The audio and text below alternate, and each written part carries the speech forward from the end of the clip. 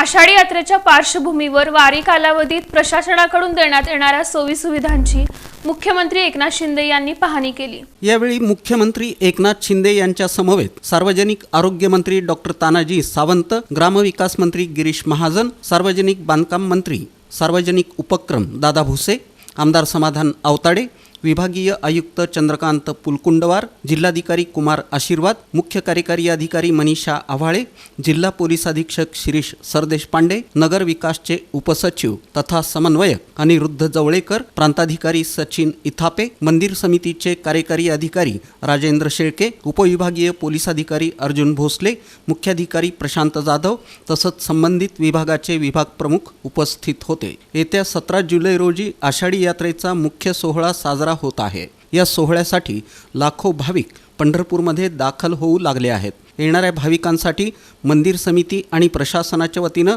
दर्शन रांगेत देण्यात येणाऱ्या मॅट, स्वच्छ पेयजल, आरोग्य, शौचालय आदी सुविधा तसंच महिला भाविकांसाठी देण्यात येणाऱ्या सुविधा तसंच चंद्रभागा नदीपात्रात स्नान केल्यानंतर महिलांना कपडे बदलण्यासाठी तयार करण्यात आलेल्या चेंजिंग रूमची पाहणी आणि शौचालयाची देखील पाहणी मुख्यमंत्र्यांनी केली। या वर्षीची आषाढी वारी अतिशय नियोजनबद्ध झाली पाहिजे।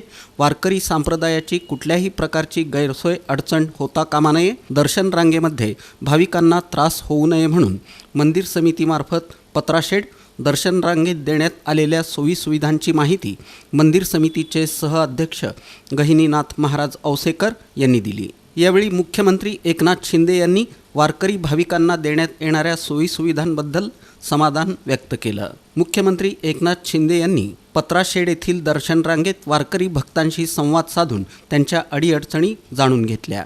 त्यानंतर त्यांनी 65 एकर इथं प्रशासनाच्या वतीनं वारकरी भाविकांसाठी उभ्या करण्यात आलेल्या अतिदक्षता विभागातील रुग्णांची अत्यंत आस्थेवाईकपणे चौकशी करून त्यांच्याशी संवाद साधला। मुख्यमंत्री एकनाथ शिंदे यांनी 65 एकर इथून आमदार समाधान आवताडे यांच्या समवेत बुलेटवर बसून चंद्रभागा वाळवंट आणि पत्राशेड येथील दर्शन रांगेची पाहणी केली।